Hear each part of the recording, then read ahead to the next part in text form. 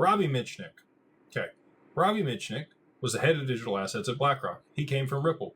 While he was at Ripple, he created a calculator that shows how XRP could get to $10,000.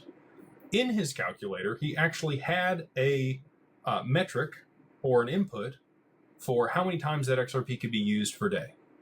His limit in the calculator, Robbie Mitchnick, the guy that worked for BlackRock and Ripple, that built the calculator, was 10 times a day that an XRP could be used. That was his maximum number. How did he come to that number? I don't know.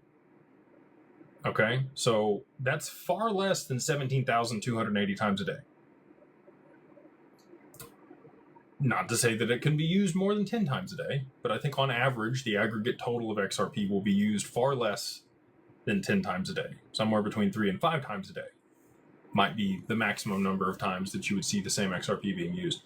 And also, depending on how much XRP is available at any given time through the DEX to be able to settle all this stuff and what's on the open market, the supply could be constricted significantly if people wanted to hold it on their balance sheet. And I can tell you, well, can I tell you that? I won't say it that way. I think that certain entities and people participating with XRP would be advocates for locking it up.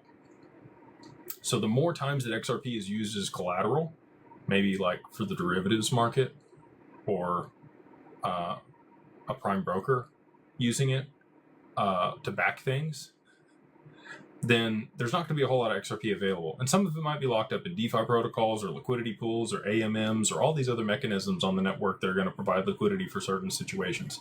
So all that being said, I'm going to defer to Robbie Mitchnick. I think Robbie's probably smarter than me when it comes to XRP and the XRPL and what BlackRock's doing and all that. And for him to make a calculator that shows the maximum times it could be used was 10, I'm going to stick with Robbie.